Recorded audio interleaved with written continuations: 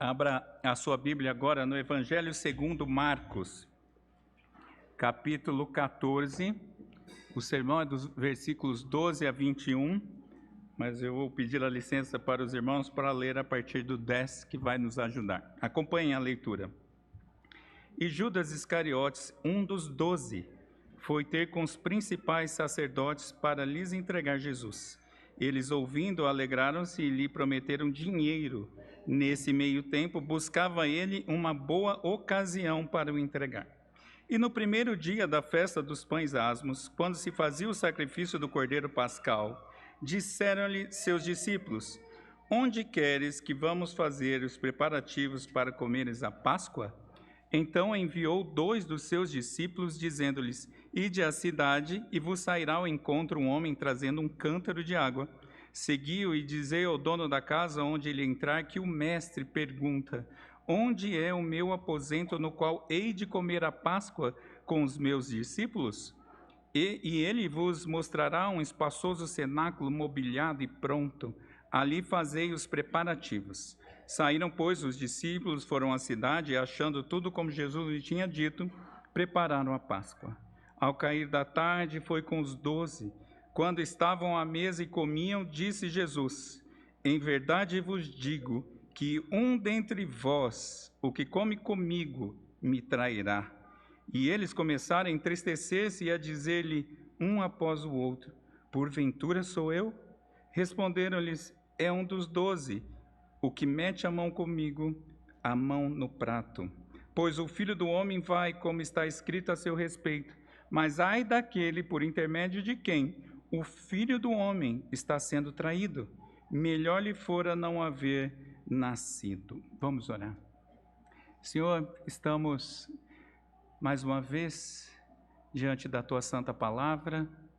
Maravilhosamente celebramos historicamente a Páscoa no domingo passado, ou há alguns dias, e hoje ainda voltamos a esse assunto pela Tua soberana vontade. Aliás, domingo após domingo celebramos esse evento, a salvação em Cristo.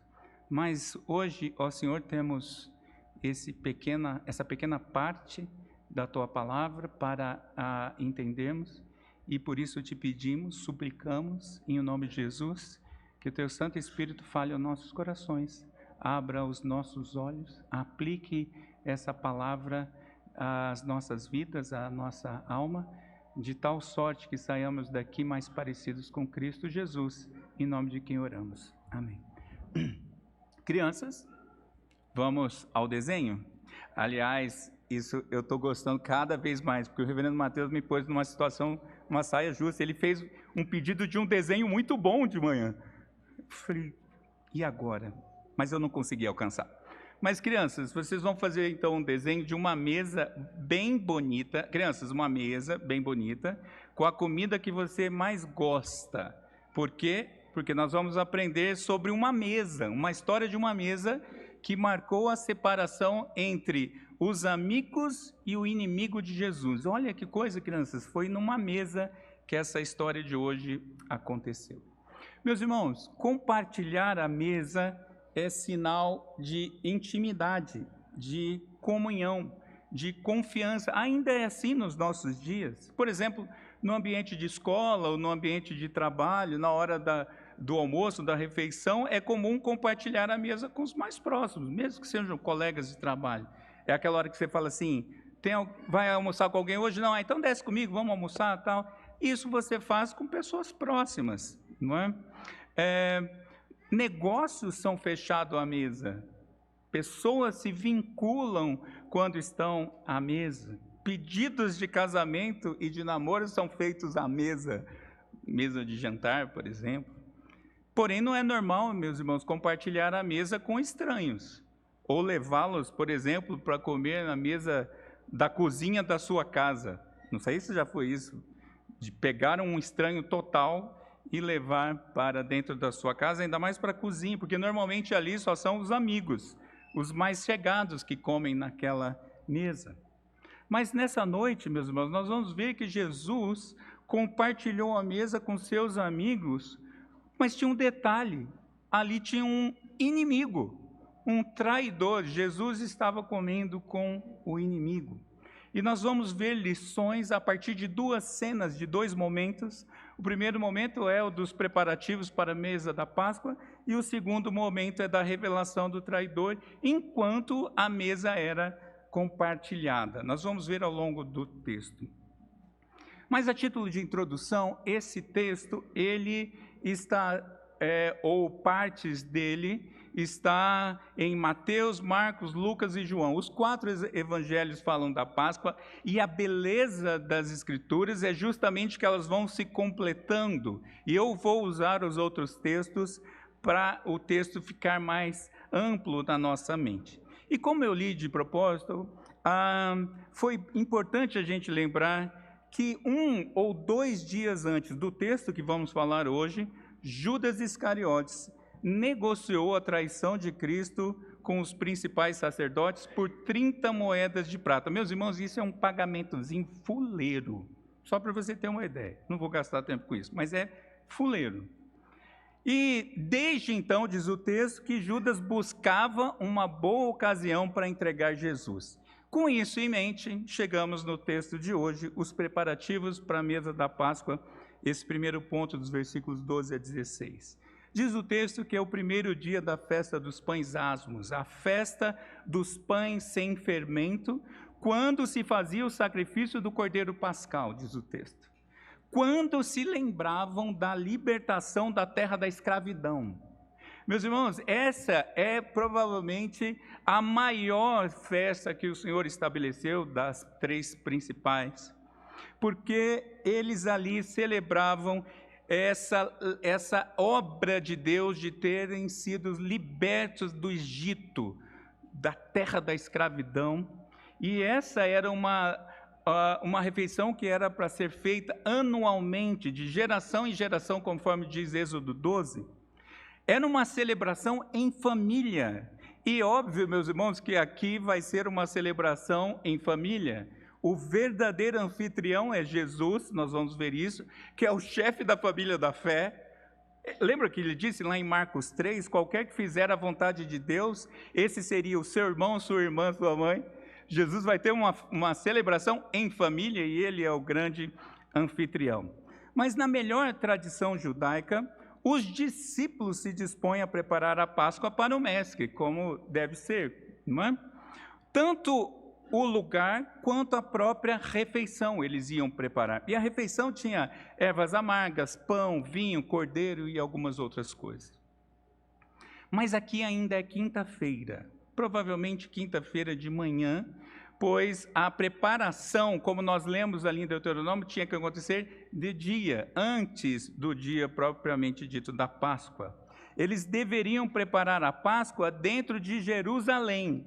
Eles provavelmente estão em Betânia, como diz alguns versículos para trás. Eles estavam ali hospedados, muito provavelmente em Betânia, e o Senhor agora diz que eles precisam preparar a Páscoa. Um comentarista chamado Adolf Pohl, ele comenta os preparativos, e eu vou pedir licença para os irmãos para ler um parágrafo. Diz ele assim: até o meio-dia, a casa tinha que ser vasculhada à procura de pães com fermento. O que se fosse achado tinha de ser queimado. A partir das 14h, um representante do grupo que cearia junto tinha que preparar o cordeiro no pátio do templo.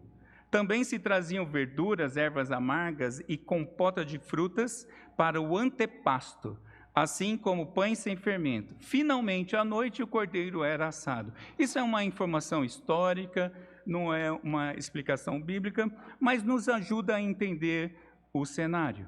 Então Jesus envia 2 apóstolos, que segundo Lucas são Pedro e João. E eles vão com instruções essas que parecem ter sido fruto tanto de uma tratativa anterior, quanto da onisciência da natureza divina que Cristo tinha. Eu creio piamente nisso. Então veja, por que uma tratativa anterior? Acompanhe comigo versículo 13, 14 e 15. Primeiro existe um sinal, um homem que provavelmente era um servo, porque ele carregaria alguma coisa, e esse homem ele carregaria um cântaro de água. É um ótimo sinal, meus irmãos. Por quê? Porque as mulheres carregariam cântaros de água. os homens carregariam odre de couro, que é muito mais pesado. E esse serviço de carregar água dessa forma é um serviço para as mulheres ou crianças. Então, um homem faria isso, não é? E esse homem viria ao encontro deles. Esse homem saberia quem era, que estaria vindo. Pois bem, mas também tem um procedimento. Quando esse homem chegasse a eles, tanto João quanto Pedro, eles deveriam seguir esse homem, e ao chegar no lugar que esse homem levaria, eles falariam com o dono do lugar, o dono da casa, e ao dono da casa eles usariam uma frase-chave, uma espécie de senha de autentificação, que só o dono ouviria. E essa frase era: o mestre pergunta, onde é o meu aposento na qual hei de comer a Páscoa com meus discípulos? Essa era a senha, a frase combinada. E haveria também de ter um lugar específico, um cenáculo, pronto para a celebração. O cenáculo, meus irmãos, é um cômodo que fica no piso superior, é como uma grande sala que receberia pessoas diversas, não é? E aqui, para caber esse tanto de gente, provavelmente uma pessoa com uma casa melhor, não é? E 2 detalhes históricos apenas. Primeiro, os cidadãos de Jerusalém recebiam os peregrinos na sua casa. Era já tradição, porque afinal de contas a Páscoa só podia ser em Jerusalém. Então o povo vinha e, obviamente, quem não tinha familiar era hospedado na casa de outro irmão. Então eles tinham cômodos extras para isso. Em segundo lugar, a tradição, veja bem, a tradição especula que esta casa é de Marcos, este evangelista. E o seu pai, o dono da casa, é o anfitrião. Mas, volto a dizer, uma especulação. Esse é o que foi humanamente tratado. Mas veja, há uma outra coisa que é da esfera divina. Jesus sabia que seria traído e sabia quem era o traidor. Isso só ele poderia saber. Só de uma forma divina isso poderia acontecer. E talvez por isso ele não disse abertamente para todos onde seria a Páscoa, porque lembra que Judas estava procurando a ocasião? Então Jesus, provavelmente não disse por conta disso, para que o traidor não agisse antes do tempo. No texto de Mateus, o Senhor fala que o tempo dele estava próximo, mas ainda não era a hora. É o Senhor que controla o tempo, não são as pessoas. E os apóstolos então foram e encontraram tudo conforme dito por Jesus, e então prepararam a Páscoa, segundo a boa tradição. Que trama, né? Eu fiquei lembrando de uma linha de montagem de carro. Eu já tive essa oportunidade de ver uma fábrica de montagem funcionando, inclusive aquela parte dos robôs que eu concordo, eu acredito que é um pouco sinistra. Você vê um bando de peças se mexendo certinha, fazendo os movimentos precisos, mas enfim, a linha de montagem é longa numa fábrica, e nela pessoas de diversos setores vão fazendo o seu trabalho, cada um fazendo o seu trabalho no seu lugar, e ao final você tem um carro pronto. Só que não é curioso você pensar, meus irmãos, que o criador do carro, o desenvolvedor, ou mesmo que seja uma equipe, já sabia como o carro ficaria pronto, porque foi ele que fez. Ele que desenvolveu todo o processo, inclusive. Então veja, como é fantástico ver essa coisa de que talvez você esteja fazendo só a sua parte, mas alguém sabe o todo. E tudo vai funcionando. Não é assim a nossa vida? Ou você não teve essa sensação? Mas eu vou te mostrar, eu vou te dizer porque eu estou comentando isso. Nós vimos aqui neste texto, ou até aqui pelo menos, a pronta disposição e a pronta obediência dos apóstolos para fazer a vontade do Mestre. Primeira coisa que a gente percebe aqui. E mais, eles vão fazer segundo a vontade deles. São eles que se dispõem. Mestre, onde queres que a gente prepare a sua Páscoa? Vocês percebem, meus irmãos, que eles estão agindo por conta própria? Não foi o Senhor que falou assim: vem cá vocês dois, não foi o Senhor que iniciou. Eles estão seguindo o pensamento deles, a tradição, o que eles deveriam fazer mesmo, o que a lei manda. Eles estavam fazendo segundo as suas próprias vontades, mas, ao mesmo tempo, eles estavam cumprindo a vontade soberana de Deus. Isso é fantástico. E isso é a doutrina que é realmente linda, da responsabilidade humana que anda junto com ou debaixo da soberania de Deus. Nós fazemos coisas e Deus tem um controle de tudo. Nós não somos marionetes, nós não somos os robôs da fábrica que eu vi. Nós temos vontades, nós temos liberdade para agir e Deus controla tudo isso. Porque, meus irmãos, viver pela fé inclui fazer tudo o que está ao nosso alcance. Mas nós, como povo de Deus, além de fazermos isso, nós fazemos em obediência a toda a palavra de Deus. Nós temos um jeito de fazer porque o Senhor nos deu, e nós fazemos porque queremos fazer. Só que ao mesmo tempo, enquanto estamos tentando ser crentes fiéis, estamos vivendo a nossa vida, estamos tomando decisões, fazendo tudo no dia a dia, Deus está usando tudo isso. E a gente vai fazendo todas as coisas e ao mesmo tempo dependendo dele para, ao final, se ele assim permitir, a gente conhecer o resultado que foi planejado pelo Criador. Então veja, lembra do caso de José? Daqui uns dias nós vamos chegar em Gênesis, no caso de José, que lá na frente ele vai falar, não foram vocês que me venderam, não foi vocês não, isso estava nos planos de Deus. Mas isso foi fácil para José falar no futuro, né? Olhando para trás. Mas a gente não tem essa percepção às vezes. E o nosso papel, meus irmãos, como crentes, é seguir servindo ao Senhor, tomando decisões diversas da vida, segundo a palavra do Senhor. Aliás, uma das aulas hoje, na escola bíblica, que falava do trabalho, não é? Estava sendo dito algo a respeito disso, de que fazemos as coisas que Deus quer que façamos pela nossa vontade. Por isso descobrimos onde somos bons para trabalhar, por isso escolhemos nossos cônjuges. A gente tem essa agência livre e necessária para tocarmos as nossas vidas. Porém, tudo isso está debaixo do que foi decretado por Deus.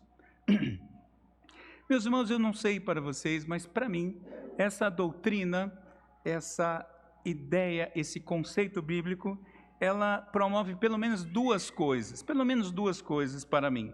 Em primeiro lugar, paz ao invés de dúvida, porque é muito bom poder descansar em Deus, em Cristo, o cumpridor cabal da lei, sabendo que até os nossos infelizes erros são usados pelo Senhor para cumprir os seus propósitos. Meus irmãos, isso tira um peso das nossas costas. Especialmente aqueles que gostam de dizer em entrevista de seleção de emprego, e falar assim, eu sou muito perfeccionista. Deixa eu te falar uma coisa, você é um falho, e eu também. E Deus sabe disso, meus irmãos. Talvez você esteja tentando viver uma vida sobre a sua própria força, mas não é assim que funciona. Você faz tudo o que está ao seu alcance, e o Senhor vai conduzindo as nossas vidas. E não tem algo mais libertador, quer dizer, essa doutrina para mim, ela é libertadora nesse aspecto, mas ela também promove humildade. Porque veja, meus irmãos, nós participamos do projeto de Deus, nós participamos dos decretos de Deus, nós participamos da obra de Deus. Tem uma expressão do Novo Testamento que eu confesso diante de Deus que ela é constrangedora para mim, porque o texto vai dizer que nós somos cooperadores de Deus. Eu falo assim, eu não consigo ser cooperador não, essa palavra é muito grande para mim, mas a Bíblia diz que nós somos cooperadores de Deus. Então veja, nós temos o nosso dever a cumprir, mas essa doutrina não pode nos levar ao erro de dizer assim, se Deus usa todas as coisas, se Deus sabe todas as coisas, se tudo está decretado, então eu vou viver do jeito que eu quero. E Deus vai usar mesmo meus erros. Não, meus irmãos. Nós devemos ter uma atitude humilde em perceber que, apesar dos meus erros, infelizmente, usando os meus erros, o Senhor faz os seus decretos cumpridos. Por isso, o nosso desejo devia ser: Senhor, eu quero continuar participando da sua obra, dos seus decretos com os meus acertos. Não me deixa participar, Senhor, eu não quero ter erros. Eu sei que nós não somos perfeitos, mas esse é o nosso desejo. Senhor, eu quero fazer o melhor para o Senhor. Eu quero fazer o mais bem feito. Eu quero fazer com supremacia tudo porque é para o Senhor. Mas ao deitar, eu descanso e sei que o Senhor vai usar todas as coisas. Veja, meus irmãos, olhemos para Jesus. Jesus acerta detalhes com alguém, mas ao mesmo tempo sabendo da traição que ele só poderia saber por sua divindade. É o Senhor Jesus que está debaixo dessa doutrina. Não é fantástico isso? Eu fiquei até um pouco encantado demais, talvez, porque o próprio Senhor se sujeita a isso. Veja, o Senhor, sendo 100% homem, ele celebra a Páscoa em cumprimento da lei. O que Jesus está fazendo aqui, nesse momento, como homem, é cumprir a lei, porque a lei dizia, ano após ano, celebra a Páscoa, e ele está fazendo a lei, e ele cumpriu a lei perfeitamente, como homem. Mas, ao mesmíssimo tempo, ele sendo 100% Deus, ele celebra essa Páscoa como cumprimento da sua obra, como o Cordeiro Pascal. Aquele que está mandando e preparar a Páscoa é aquele que vai ser o alimento da Páscoa, o Cordeiro de Deus. Meus irmãos, não poderia ser outra festa, não poderia ser outro momento, não daria para o Senhor tentar fazer assim, vamos cumprir os decretos do meu pai, usando um momento de uma circuncisão. Não, tinha que ser a Páscoa, aquele momento. O Senhor cumpre os propósitos do Pai, perfeitamente, cabalmente. Por isso, você pode, nas suas crises que a gente tem, nas nossas dúvidas, nas nossas dificuldades, conversar com o Senhor Jesus. Senhor, eu quero conversar contigo. Tipo Jeremias, Senhor, eu quero conversar com o Senhor. Eu não sei como isso funciona, mas eu sei que o Senhor já fez. O Senhor já fez pessoalmente. O Senhor sabe o que é ser homem que cumpre a lei e homem que vive debaixo da soberania de Deus. Nós podemos fazer isso, meus irmãos. Por isso, descanse um pouco mais. Tire esse peso de achar que você tem o controle total da vida, das coisas, porque não tem. Mas também o outro lado é justamente esse. É não se desesperar. Eu não tenho controle, então estou lascado. Não, o Senhor está no controle. Percebe, meus irmãos, que esse simples preparativo para a Páscoa nos dá essas informações todas. Mas ainda, em segundo lugar, versículos 17 a 21, tem a revelação do traidor.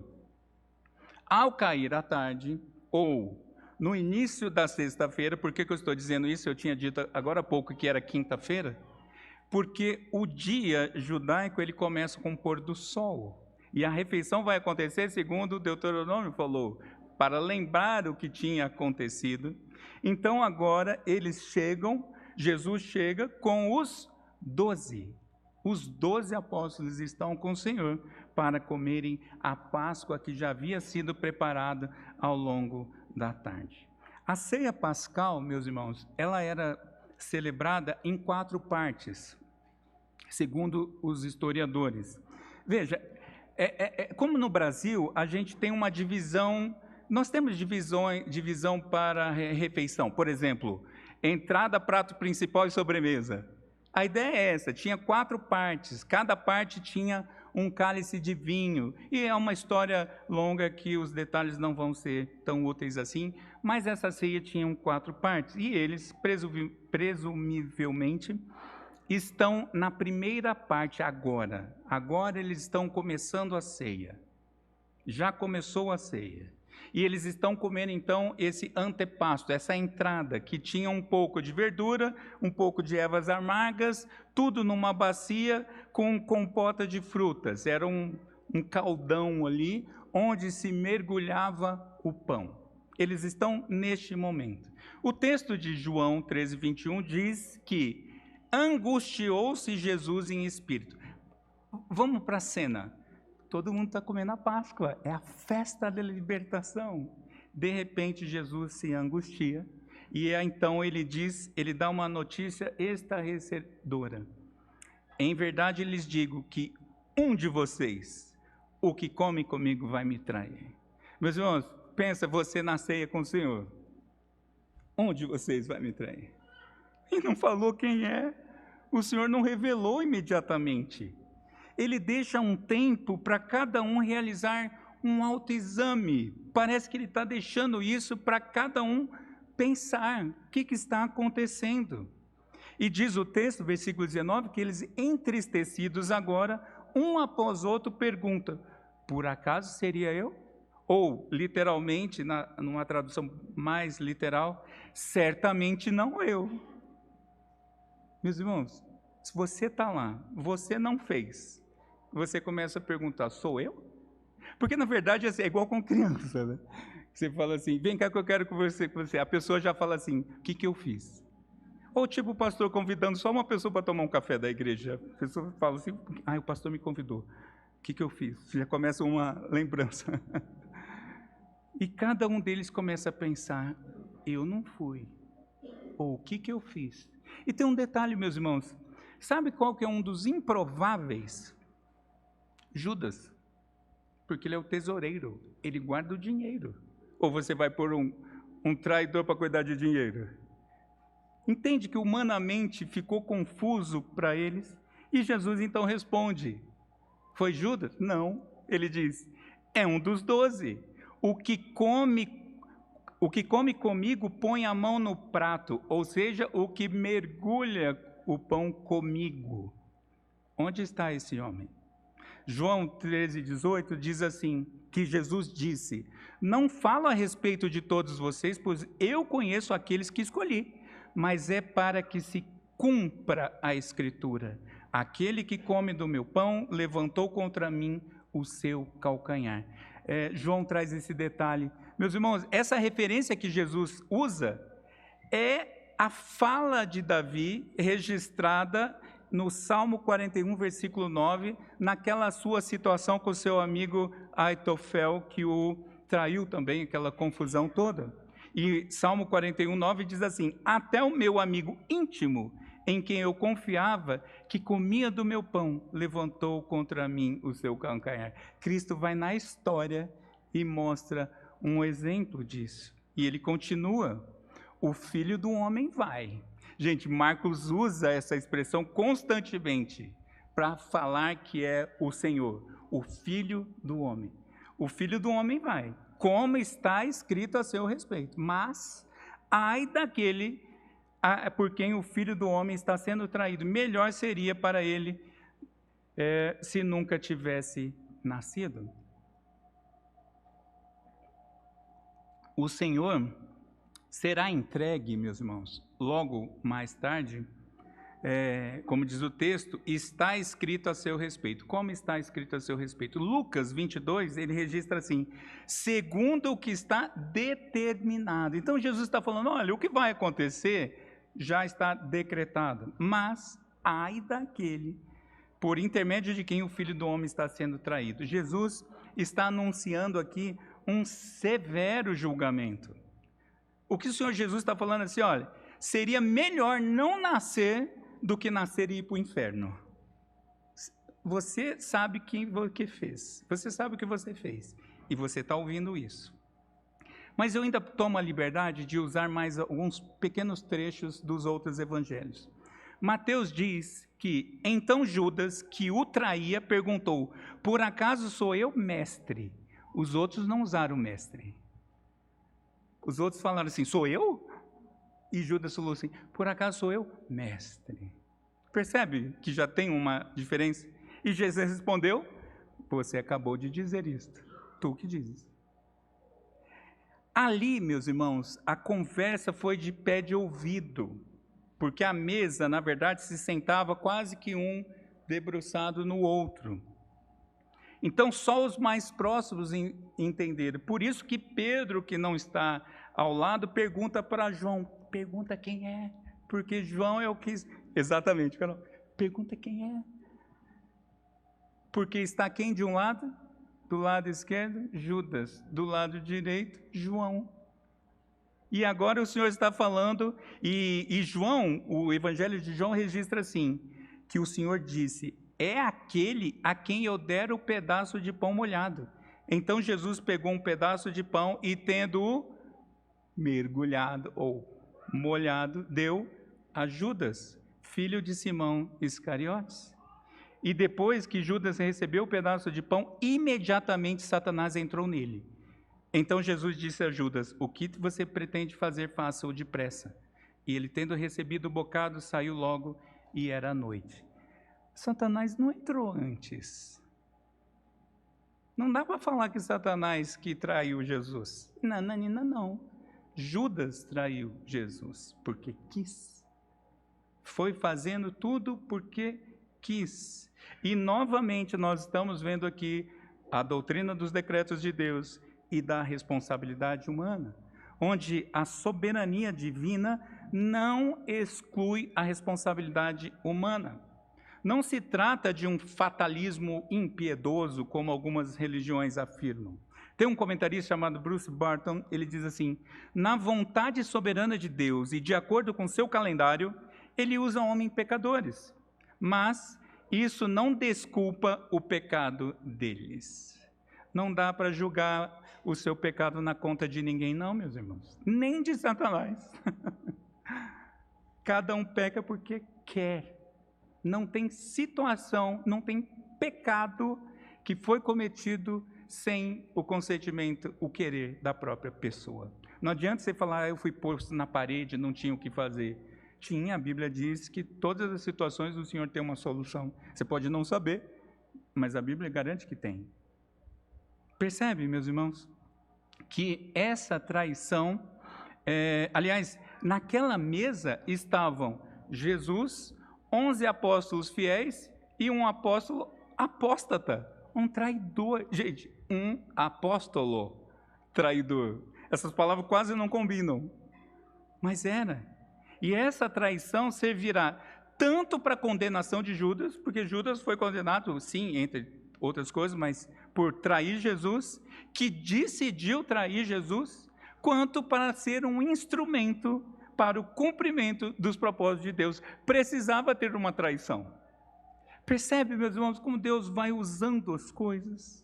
Mas vamos lembrar um pouco dessa mesa. Eu me lembrei de um filme antigo, de 91, com a Julia Roberts, que chama Dormindo com o Inimigo. É um filme sinistrão, assim, desses que o marido é violento, bate muito na mulher, ela nunca consegue sair dele, mas um dia ela toma coragem, sai, muda de lugar. E tem uma das cenas que ele era, como eu costumo dizer, né, Ranusa, um pouco acostumado com formas. Não, Ranusa, não é toque, não, Ranusa, senão eu vou me entregar. Ele tinha um desejo por organização mais elevado. E ele colocava 3 toalhas de rosto no cabo, assim, naquele lugar do banheiro, e elas ficavam alinhadinhas. Se elas não tivessem alinhadas, quando ele chegasse, a mulher apanhava. Então, ela sempre, antes dele chegar, ela olhava tudo.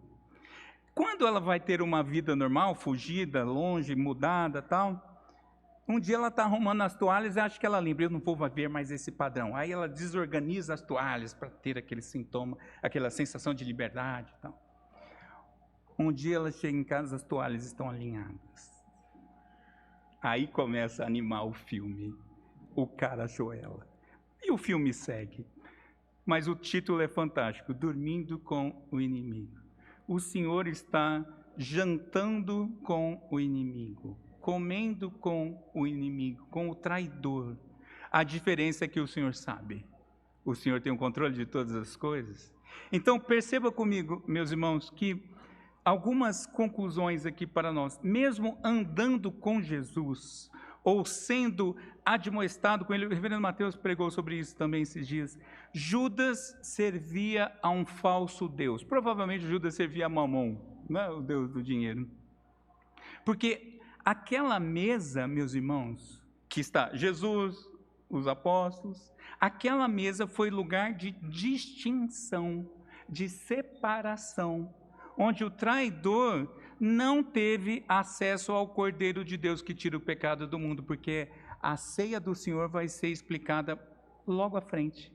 E Judas saiu. Judas não teve acesso ao Cordeiro de Deus que tira o pecado do mundo. A mesma mesa que todos estavam comendo, para um foi a mesa da distinção. Vários filmes usam refeição, né? A mesa assim, para o chefe identificar o traidor. Já viu o filme assim? Que ele chama, se tiver a máfia, aí a solução é na mesa mesmo, né? Mas enfim. É curioso, né? Como a mesa foi usada no cinema como lugar de discernir quem é amigo e quem é inimigo. Porque é isso que está acontecendo aqui. E o fato de ter joio no meio do trigo, ou de ter bode no meio das ovelhas, não significa que todos são de Jesus. Por isso, meus irmãos, cuidado. Nós, no povo chamado povo de Deus, na igreja visível, o joio está misturado com o trigo. E essa separação só vai acontecer quando o Cordeiro voltar. E naquele dia, aí sim vai ter a definitiva distinção. Vai ter essa distinção. Eu sei que essa notícia ela é desagradável. Eu sei que essa notícia não é mais pregada em alguns púlpitos, mas não é problema meu. A Bíblia diz, e eu falo, o Senhor fará distinção definitiva. Ai dos traidores de Jesus. Para pensar, Jesus está aqui no púlpito, quem dera, meus irmãos, não estou me comparando, analogicamente apenas, por analogia. Jesus está no púlpito, você está olhando Jesus e ele diz, alguém que me traiu. A mesa da distinção estava identificando uma pessoa. Mas, em segundo lugar, essa mesa da distinção, ela vai se tornar a mesa da união dos redimidos pela nova aliança no sangue do Cordeiro, que é o sermão de domingo que vem. Mas a mesma mesa vai sofrer uma transformação e vai virar a mesa da união. A Santa Ceia, propriamente dita, vai ser tratada no próximo sermão, não é? Versículos seguintes. Porém, eu quero aproveitar um pouco desse tempo para complementar o que eu disse no culto de sexta-feira da Páscoa, culto à noite. Revendo junto com o reverendo Mateus, acho que vale a pena ampliar ou esclarecer. O Antigo Testamento, ele aponta para algo maior que viria. A Páscoa aponta para algo maior. Tanto é que Jeremias 31, ele vai ali nominar essa nova situação como nova aliança. E, meus irmãos, são grandes as diferenças do que era anunciado pela Páscoa do que é anunciado pela Santa Ceia. É claro que nós estamos falando da obra da salvação, mas entenda comigo algumas coisas, alguns detalhes apenas. Primeiro, não foi uma mera mudança dos elementos, não foi porque antes era o cordeiro com pão específico e agora vai virar pão e vinho. Não, não é só os elementos, é muito mais, meus irmãos. Porque o crente na nova aliança, ele agora tem a lei escrita no coração, ele não anda mais com a lei na tábua da pedra. A nova aliança, a antiga aliança era para Israel, para quem era da nação de Israel, para os israelitas. A nova aliança agora, ela é para todos os crentes de todas as nações, tribos, povos e línguas. Ela é ampla, ela é a demonstração do alcance total da obra de Cristo. Ela é a Santa Ceia é a demonstração da obra que Cristo realizou na cruz e na ressurreição e não tipificada por um bicho apenas, mas é Cristo que tira o pecado e purifica o crente. É a obra completa, cabal do nosso Senhor. Por isso é muito maior celebrar a ceia do Senhor, porque nós estamos celebrando a ceia completa. Então, solenidades onde vamos tentar imitar, vamos ver como era um pão asmo, vamos ver, tentar como era uma coisa amarga. Eu e minha esposa já participamos uma vez de um culto assim, e na época eu achei que era certo. Mas a gente celebra algo muito maior, meus irmãos, a ressurreição do Cordeiro. Mas, enfim, fechando esse parênteses, a mesa da união, ela é, meus irmãos, para os inimigos. Curioso, né? A mesa da união é para os inimigos, porém, os inimigos que foram perdoados e feitos mais do que amigos de Cristo. Eles foram feitos irmãos de Jesus. A mesa da união, que eu estou chamando simbolicamente, ela é a mesa de gente que era inimigo de Jesus. Traidor, é mesa de traidor, só come traidor nela. Redimidos pelo sangue do Cordeiro, a nova aliança em Cristo Jesus. Veja, meus irmãos, nós éramos os inimigos de Deus, e agora nós temos nova vida pelo sacrifício do Cordeiro Santo. O Senhor continua chamando inimigos, traidores, ao arrependimento, para então participar da mesa do Senhor.